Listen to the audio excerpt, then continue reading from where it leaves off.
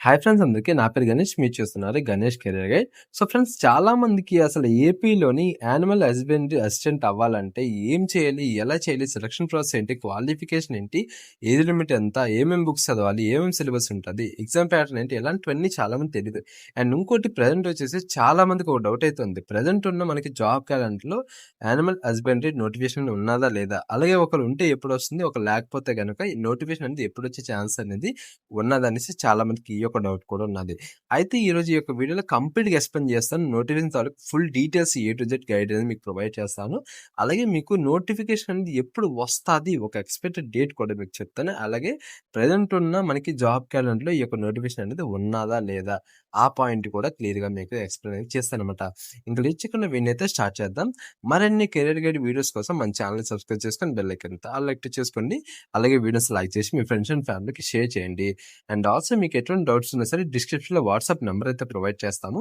దానికి మెసేజ్ చేయండి. మీకు రెస్పాండ్ అయ్యి డౌట్‌కి క్లియర్‌గా ఎక్స్‌ప్లెయిన్ చేస్తాము. అండ్ ఆల్సో మన యొక్క రిమైనింగ్ ఛానల్స్ కూడా ఫాలో అవుతారు. మనం ఏంటంటే డెడికేటెడ్ మనం ప్రైవేట్ జాబ్స్‌కి separate channel, government jobs separate channel, guide కోసం సెపరేట్ ఛానల్, అలాగే మన క్లాసెస్ కోసం సెపరేట్ ఛానల్స్ అనేవి ఉన్నాయన్నమాట. సో బేసిక్‌గా మీకు ఏ కేటగిరీ కావాలో దాన్ని చూస్ చేసుకొని మీరు వీడియోస్ అనేవి డైలీ చెక్ చేసుకుంటూ ఉండొచ్చు. ప్రజెంట్ వచ్చేసి మనకి క్లాసెస్ ఛానల్‌లో మనకి పైథాన్ రిలేటెడ్‌ది, అలాగే మనకి ఎక్సెల్ రిలేటెడ్ క్లాస్ అనేది రన్నింగ్ అయితే అవుతుంది. విత్ ఫ్రీ ఆఫ్ కాస్ట్ మీరు విత్ ఎక్స్‌పర్ట్స్‌తో మన క్లాసెస్ అనేవి కండక్ట్ చేయడం అనేది జరుగుతుంది. విత్ ఫ్రీ ఆఫ్ కాస్ట్ మీరు సింపుల్‌గా, ఈజీగా నేర్చుకోవచ్చు అనమాట. సో అవి మీకు స్కిల్స్ అనేవి యూజ్ అయితే అవుతుందన్నమాట. ఓకే, లేట్ చేయకుండా వీడినైతే స్టార్ట్ చేద్దాం. సో ఫ్రెండ్స్, మనకి డీటెయిల్స్‌లోకి వెళ్ళిపోతే యానిమల్ హస్బెండరీ అసిస్టెంట్ చాలా మందికి అసలు దీని గురించి పూర్తిగా చాలా మందికి తెలీదు బేసిక్‌గా. ఓకేనా? ఎందుకంటే ఇది మనకేంటంటే బేసిక్‌గా ఏపీ మనకి గ్రామ్ వార్డ్ సచివాలయం, సో ఈటిలో మనకి ఈ అండర్ సిస్టమ్‌లో వస్తది అని అనుకుంటారు తప్పించి అసలు ఇది సెపరేట్ కేటగిరీయా, సెపరేట్ పోస్ట్ అనేది ఎవరికీ క్లియర్‌గా తెలీదు. అసలు బేసిక్‌గా యానిమల్ హస్బెండరీ అసిస్టెంట్ అంటే ఏంటంటే ఇది వచ్చేసి మనకి వెటర్నరీ డాక్టర్, అలాగే మనకి లైవ్ స్టాక్ సర్వీసెస్ ఇలాంటివి ఏవైతే ఉంటాయో సో వాటికి మనం ఏంటంటే ఈ యానిమల్‌కి సంబంధించిన రిక్రూట్‌మెంట్ సంబంధించిన ఇదొక పోస్ట్ అనమాట. ఓకేనా? బేసిక్‌గా మీరు దీంట్లో ఏంటంటే హెల్త్ కేర్ రిలేటెడ్ గాని, అలా మనకి ఆర్టిఫిషియల్ ఇన్సెమినేషన్ గాని, లేదంటే వ్యాక్సినేషన్ డ్రైవ్స్ గాని, డైరీ మేనేజ్మెంట్ కానీ, సో ఇలాంటి ఫార్మర్స్ రిలేటెడ్ గాని, సో వీటిలో మనం ఏంటంటే బేసిక్‌గా ఈ యొక్క రోల్‌కి సపోర్ట్ అనేది ప్రొవైడ్ చేయడము, సో ఇలాంటివైతే బేసిక్‌గా ఉంటుందన్నమాట, చెప్పడం అయితే జరుగుతుందన్నమాట. అలాగే ఇక పోస్ట్ తాలూకు ఓవర్‌వ్యూ గనుక చూసుకుంటే ఇది వచ్చేసి మనకి ఎగ్జామ్ బాడీ వచ్చేసి మనకి అంటే యానిమల్ హస్బెండరీ డిపార్ట్మెంట్ కింద వస్తుంది. ఇది గవర్నమెంట్ ఆఫ్ ఆంధ్రప్రదేశ్‌లో అయితే ఉంటుంది. మనకి తెలంగాణ వాళ్ళకి కూడా సేమ్ ఇదే రకంగా ఉంటుంది. సో వాళ్ళకి కూడా మీకు సపరేట్ వీడియో అయితే చేస్తాను. సో వెయిట్ చేయండి. అలాగే ఇది మనకి గ్రామ వార్డ్ సచివాలయం ద్వారా మనకి రిక్రూట్మెంట్ అయితే జరగడం అనేది జరుగుతుంది. అండ్ ఇది వచ్చేసి మనకి ఏంటంటే నాన్ గెజెటెడ్ టెక్నికల్ పోస్ట్ ద్వారా అయితే ఉంటుంది. అండ్ ఇది వచ్చి మనకి ఫీల్డ్ సబార్డినేట్ సర్వీసెస్ కింద మనకి ఈ నోటిఫికేషన్ అనేది ఉండడం అయితే జరుగుతుంది. అండ్ బేసిక్‌గా మనకి ఇంతకుముందు ఒకప్పుడు మనకి మనకి ఆఫ్‌లైన్‌లో మనకి అప్లై చేసుకునే విధంగా అయితే ఉండేది. కానీ ప్రెజెంట్ వచ్చేసి ఓన్లీ మనకి ఆన్‌లైన్‌లోనైతే ఉండడమే జరుగుతుంది. అయితే బేసిక్‌గా దీనికి జాబ్ రెస్పాన్సిబిలిటీ చూసుకుంటే మీకు ఆల్రెడీ క్లియర్‌గా చెప్పాను. ఫస్ట్ వచ్చేసి ఏంటంటే మనకి హెల్త్ కేర్ ప్రొవైడ్ చేయడం, మనకి ఫస్ట్ ఎయిడ్ చేయడం, ఎవరికి వెటర్నరీ సంబంధించిన మీకు ప్రాసెస్ దీంట్లోనైతే ఉంటుందన్నమాట. అలా మనకి ప్రివెంటేషన్ కేర్ అండ్ వ్యాక్సినేషన్ చేయడము, అలాగే మనకి బ్రీడింగ్, డైరీ సర్వీసెస్, సో ఇలాంటి వాటిలో మీకు ఏంటంటే టోటల్ మీకు ప్రాసెస్ అనేది క్లియర్‌గా ఉంటదనేసి మన ఈ నోటిఫికేషన్ ద్వారా క్లియర్‌గా తెలుసుకోవచ్చనమాట. అలాగే మీరు దీనికి కెరీర్ గ్రోత్ ప్రమోషన్ గాని చూసుకుంటే బేసిక్‌గా దీనికి ఎలా ఉంటుందంటే యానిమల్ హస్బెండరీ అసిస్టెంట్ కింద మీరు జాయిన్ అయితే అవుతారు. దాని తర్వాత మీకు వెటర్నరీ అసిస్టెంట్ కింద అయితే వెళ్తారు. దాని తర్వాత సీనియర్ వెటర్నరీ అసిస్టెంట్ కింద అయితే వెళ్తారు. దాని తర్వాత టెక్నికల్ అసిస్టెంట్ కింద వెళ్తారు. అలాగే మీకు ఫీల్డ్ ఆఫీసర్ కింద వెళ్ళడం అనేది జరుగుతుందన్నమాట. ఫీల్డ్ ఆఫీసర్ అనేది మీకు హై పోస్ట్ కింద దీనికైతే ఉండడం అయితే జరుగుతుంది. ఇవన్నీ మనకి డిపార్ట్మెంట్ ఎగ్జామ్స్ మరియు సర్వీసెస్ బేసిస్ మీద వీటి మీద మనకి గ్రోత్ అయితే ఉండడమే జరుగుతుంది. అండ్ దీని యొక్క సాలరీస్ గాని చూసుకుంటే ఫస్ట్ మీకేంటంటే 2 ఇయర్స్ అనేది ప్రొబేషన్ పీరియడ్‌లో ఉంటుంది. గుర్తుపెట్టుకోండి. ఏ గవర్నమెంట్ జాబ్ అయినా, ఏ గవర్నమెంట్ నోటిఫికేషన్ అయినా కొన్ని అయితే ఉండదు గానీ మాక్సిమం 90% అనేది ఫస్ట్ ప్రొబేషన్ పీరియడ్‌లోనే ఉంటుంది. మీకు వర్క్ ఎలాగున్నది, మీరు చేయగలుగుతున్నారా లేదా, మీరు లేదంటే రిలీవ్ అయిపోతారా ఏంటి, ఇవన్నీ కన్సిడర్ చేసుకొని ఆ 2 ఇయర్స్ తర్వాత మీకు మీకు దాని తర్వాత మీకేంటంటే పర్మనెంట్ అనేది చేయడమే జరుగుతుంది.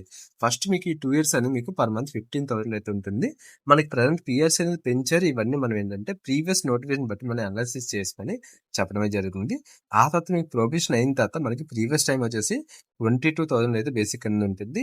మనకి ఎర్నింగ్ వచ్చేసరికి 72,000 అయితే ఉండడమే జరుగుతుంది. ఇవన్నీ మీకు ఓవరాల్‌గా మనకి ప్రెజెంట్ ఉన్న పిఆర్‌సి ఇవన్నీ కన్సిడర్ చేసుకుంటే మనకి ఓవరాల్‌గా నియర్లీ ఒక 40-50 బేసిక్ అనేది వచ్చే ఛాన్స్ అనేది ఉంటుందన్నమాట.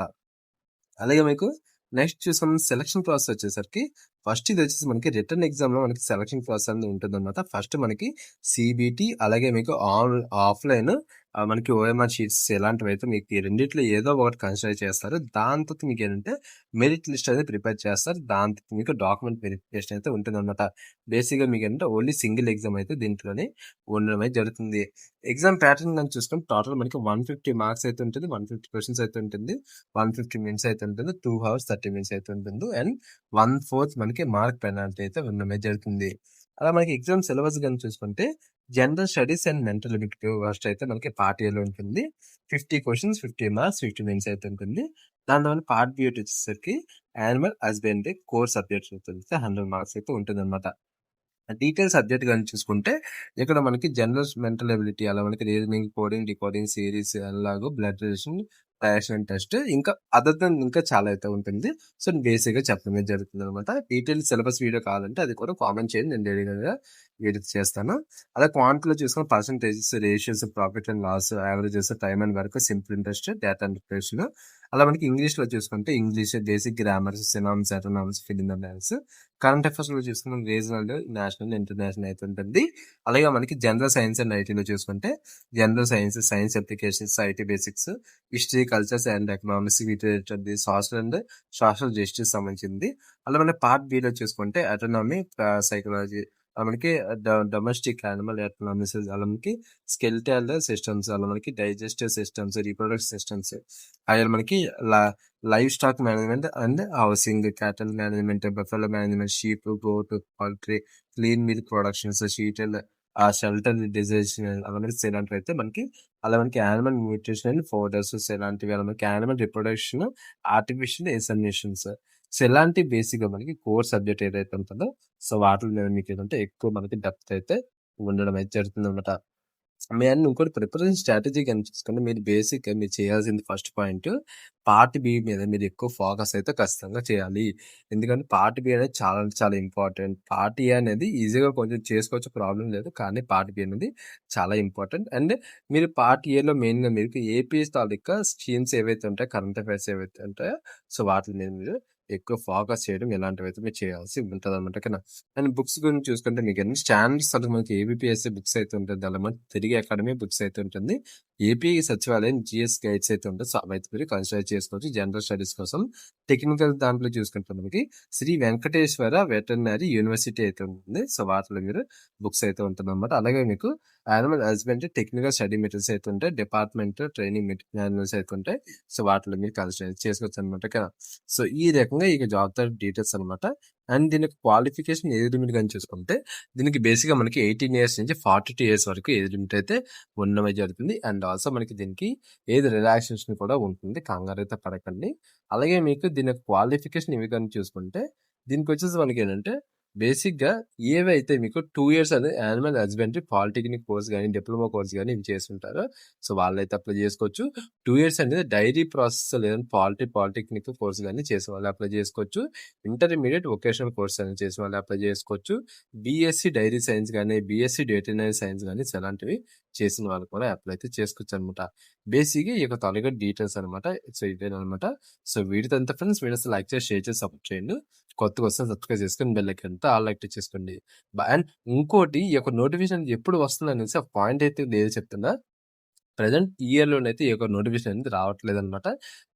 మనకి నోటిఫికేషన్ అనేది నెక్స్ట్ ఇయర్‌లో వచ్చే ఛాన్స్ అనేది మనకి 70-80% ఛాన్స్ అయితే ఉన్నది. ఎందుకంటే మనకి రీసెంట్‌గా వాళ్ళు జాబ్ క్యాలెండర్ రిలీజ్ చేసినప్పుడు కూడా చెప్పారు. మేము ప్రెజెంట్ కొన్ని నోటిఫికేషన్స్ రిలీజ్ చేస్తున్నాము.